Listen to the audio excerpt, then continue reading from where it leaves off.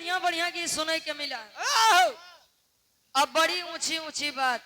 वाह क्या बात, अरे वाह कोई जवाब नहीं। आहा ए भैया वाह बड़ी बड़ी धुन तर्ज छेली, ठीक है, बड़ा बढ़िया है। अमर रखे रह। हाँ, अमर रहे आपका गीत, ऐसे गावत बजावत रहे। लेकिन रुचि एक बात बता दे, बुरा जीन मानू बहनी, हर चीज चमकती सोना नहीं होती। हमारे बात के गहराई से लहरा दुई दिना के हा जौन दुई ठे यूट्यूबर लेके चलत है, जौन ट्रेंडिंग में चलत है, ये सब दिन ना चली बहनी।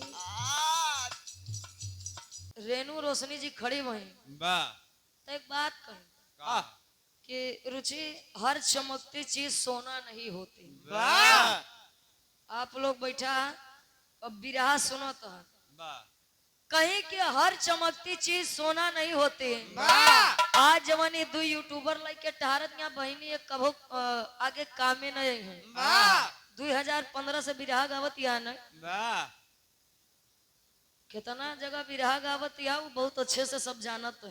वाह 3 साल के गायकी, मात्र 3 साल के गायकी में इस सोशल मीडिया के दौर बस सोशल मीडिया वाले के देन बा वाह कि रुचि आज ऐसा कोनो जिला नहीं बचा बा, ऐसा कोनो कलाकार नहीं बचा बा वाह जैसे रुचि बिरहा न गाए हो। वाह मर्दे बताऊ ने कि पहले वही बिरहा मर्दन से होता है या मेहरारू से होता, यानी लड़की से होता। तो पता चली सूरदास का पता चली रे? लड़की लड़की में। अच्छा, लड़की लड़की में कांड करबे का? अब हम लड़की लड़की में बियाह भवा कि लड़की लड़की में बियाह? रेप होए रेप। सूरदास होश में बोले। बारे सूरदास सच्चा वाह पता नहीं कौन कर्म किस्मत करे रहा जौन भगवान तो का दोनों आंखें के सुर बनाए दे। वाह पता हुआ लड़की लड़की में रेप करवावता है। पंडाल में दुर्गा जी बैठा है। पंडाल में दुर्गा जी के बैठा है। वाह यह सभ्यता बा, यह संस्कार बा। सामने माता बहन खुद बैठी रही। घरवा नहीं देखा तो घरवा रे लड़की लड़की से करवावत का लागत बा। जब से आ जाई तब से देखत है हमका आने गवैये कि नहीं ना समझा कर। वाह ठीक बा, सम्मान से गई थी, सम्मान लेख हो तो सम्मान दा। वाह धुन तर्ज ये सब जौन बैठा है, ये धुन तर्ज सुने नहीं बैठा है। रात खराब कर का हो भैया, जो नींद खराब करता है तो धुन तर्ज सुने बैठा है, बिरहा होता ने। आज 15 से ही बड़ा उसपे फेसबुक पे और व्हाट्सएप पे प्रचार होता सुनील भैया कि रीनू रोशनी के और रुचि यादव का बिरहा है। ते बिट्टी बिरहा गावा धुन तर्ज कमई चली, बिरहा गावई आई है। ज्ञान बतावत है कि महीने बिरहा गाय सब सुने बैठा है। यहाँ धुन तर्ज केहू नहीं सुने बैठा बा। 2:21 पे नंबर दे, 3:10 पे बिरहा गाव चालू करे हैं। नाचे ना आवे कहा अंगनवाई टेढ़ बा। जबरदस्ती मुंह नोचे वाला काम हमसे ना करा कर।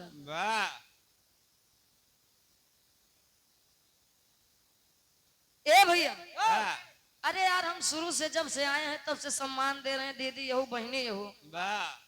अरे हम खुदे कलाकार से नहीं उलझे, सम्मान देते जाते हैं भैया। सम्मान से गाओ, सम्मान से जाओ, हमार काली है बाटू। हम गावा काली उत्पत्ति लड़का जन्माए और ई गीतिया हमरे ख्याल से दयाराम गुरु के लिखी है। हाँ, जय रोटी है तई बेटवा। अच्छा, हमारे ये समझ में नहीं आए रुचि, मान ला 7 रोटी एक साथे दे रहा तो 7 रोटी खाए ले तो का 7 बेटवा एक साथे रहा कि बाद मेहरारू रहेगी वो।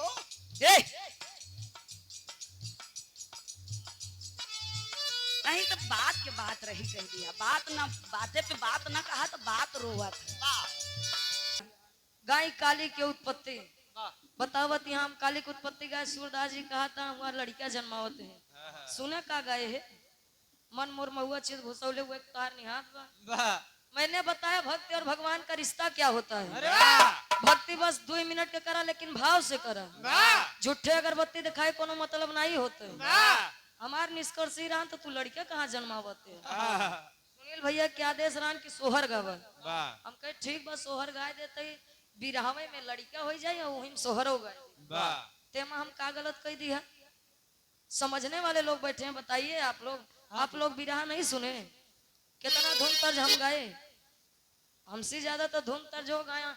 अच्छा एक बात ही हो गवैया बिना धुन तर्ज के ना ही चलत है ना, वह धुन तर्ज के मार बेइज्जती बदनामी करत है।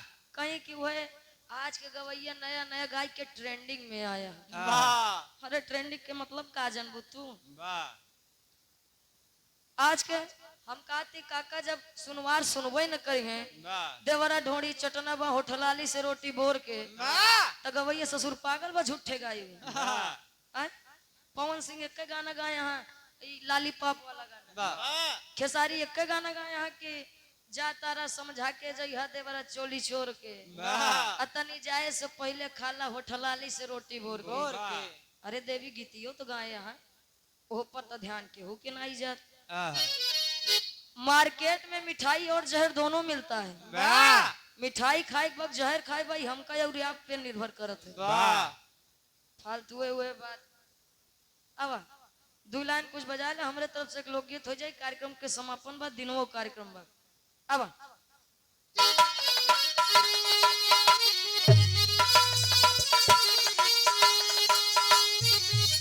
क्या बात है?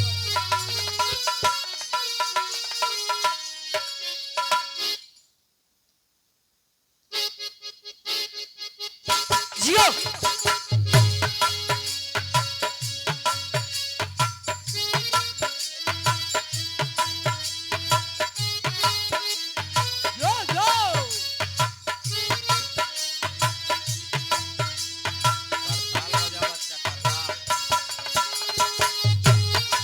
क्या बात है?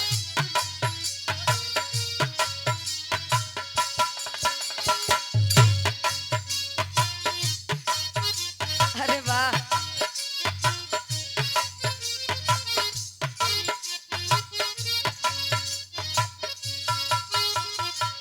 लइका कहे कहियो कोरवे में बीत रहे रात हो,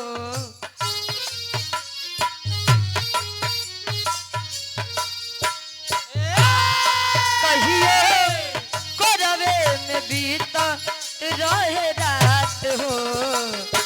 अब का बनेलू अनजान, कहियो कोरवे में बीत रहे रात हो।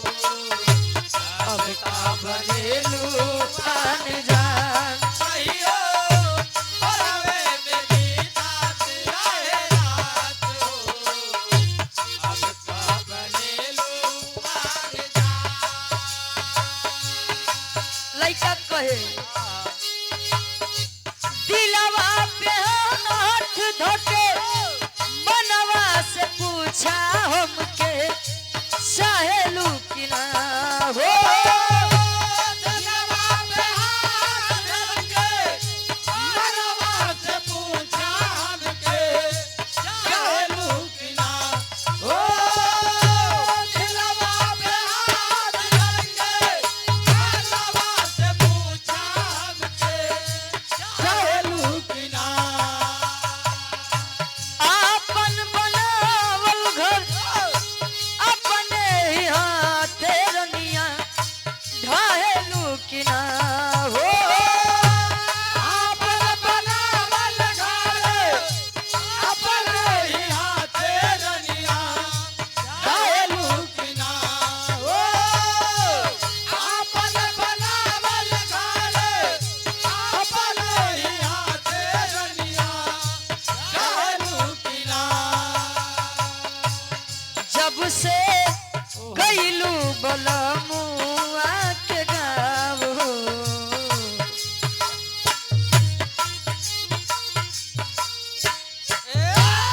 जब से गईलू बलमुआ के गाँव हो।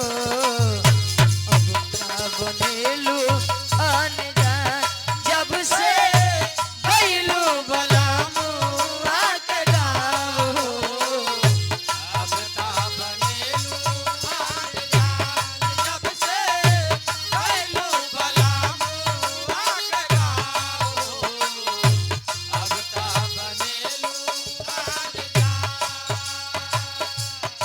कहियो करवे में बीतत रहे रात हो अब का बनेलू अनजान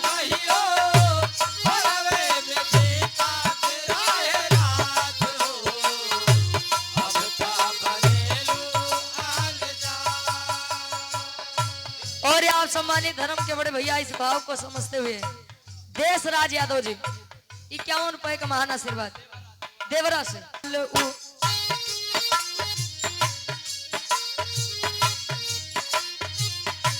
दिल से बनावल पगले नु होई पगले नु होई प्यारी जे बनावल होई कसाई दिल से बनावल पगले लो होए पगले लो होए प्यार जे बनावल होई कताई वाह दिल जे बनावल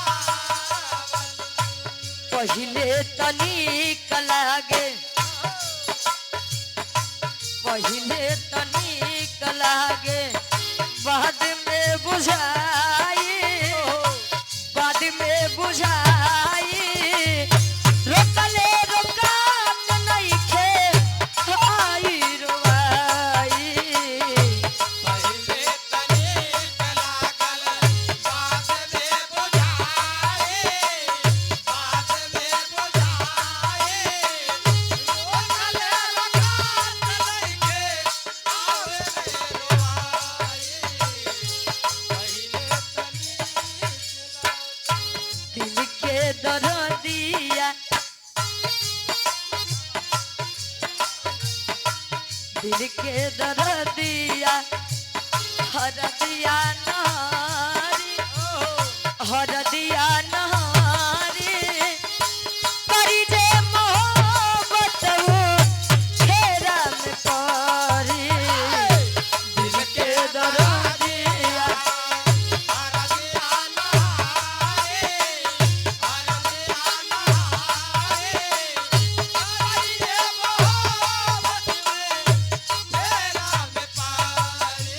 दुल्ही कहे छोड़ा छोड़ा